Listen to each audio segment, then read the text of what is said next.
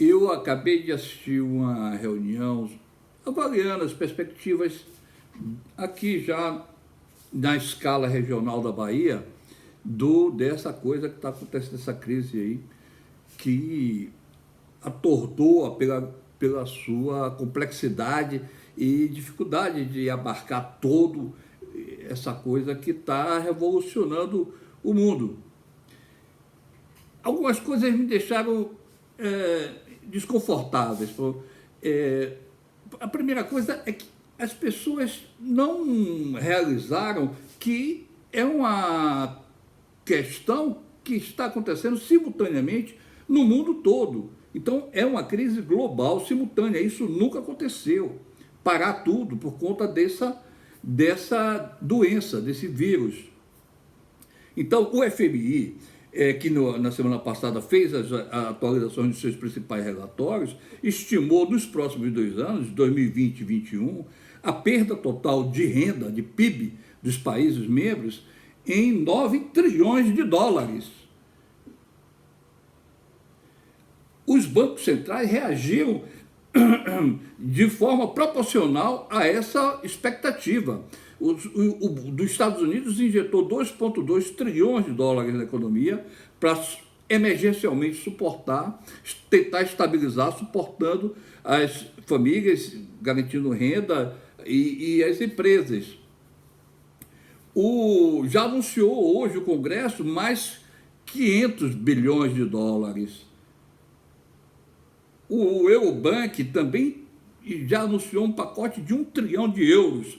Então, são movimentos de uma escala difícil de você entender como é que isso vai repercutir isso nesse território pequeno que é o nosso, aqui da Bahia, no Brasil. Tem analistas que dizem, olha, vocês estão muito mais vulneráveis, aí será apocalipse. Até isso é relativo, porque, veja, os Estados Unidos está com 700 mil pessoas, nós estamos com 5% desse total apenas de pessoas já doentes.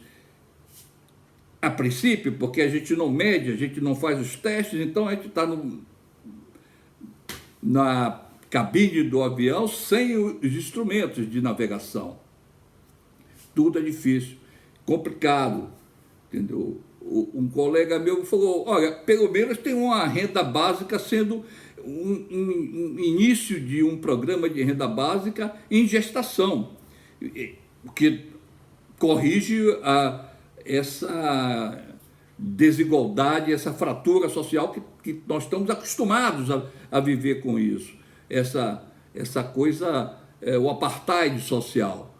Olha, pensar que essa doença, vai mitigar as desigualdades sociais, é de um otimismo fantástico. Não existe, só se for porque morrerão os pobres.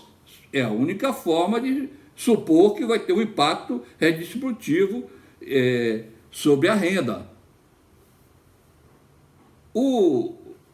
A questão de como isso vai chegar aqui na Bahia tem que ser aos poucos assimilada. Nós temos que fazer esses estudos e permanentemente ir monitorando, tanto em uma escala global, a economia internacional, como aqui a nossa macroeconomia nacional.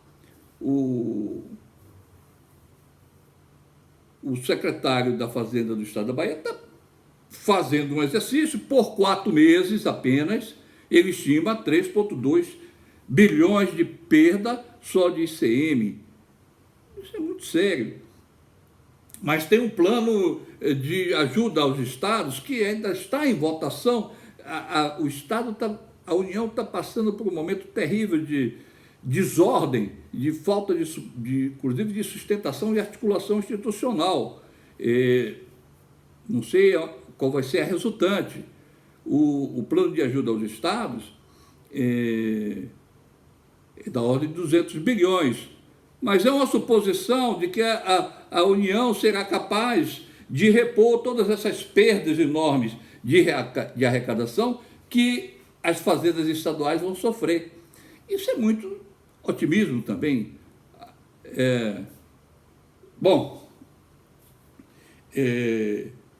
na dimensão financeira, a coisa é sem inédita, sem paralelo, não tem nada parecido na história que tenha essa escala. Um número, nos primeiros 2 meses, saíram 200 bilhões de dólares dos países emergentes.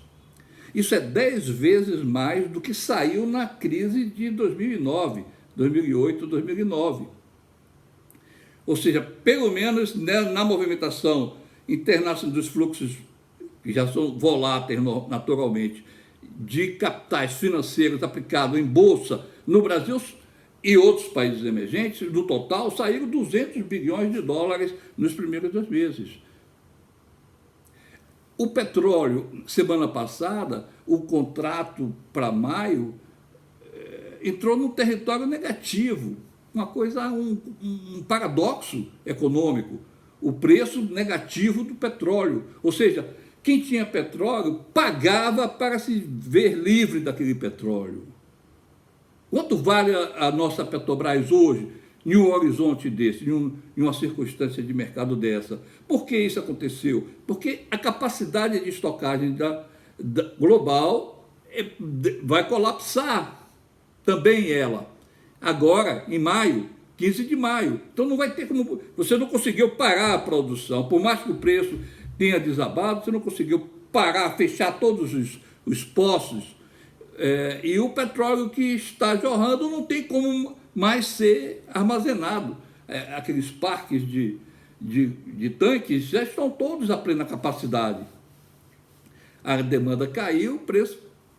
Enfim, é um mercado derivativo, é um contrato futuro, mas é indicador da situação absolutamente inédita que a gente está passando.